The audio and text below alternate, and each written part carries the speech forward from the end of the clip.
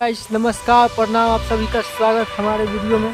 चलिए आज चलिए आज सावन का मौसम है और देखिए चारों तरफ का क्या मौसम है। सो एकदम ठंडा ठंडा हवा चल रहा है और बादल भी लगा हुआ है, देख सकते हैं आप। पूरा में बादल लगा हुआ है।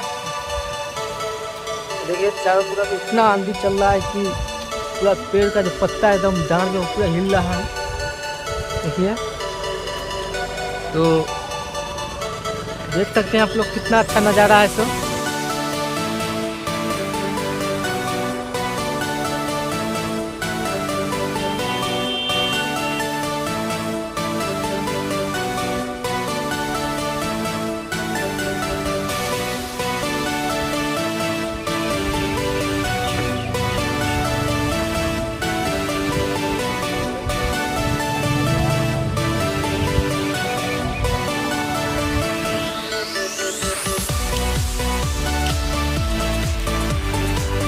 इधर देखिए ये कोचिंग है और इधर हमारे घर के उधर घर की तरफ जा रहे हैं अभी।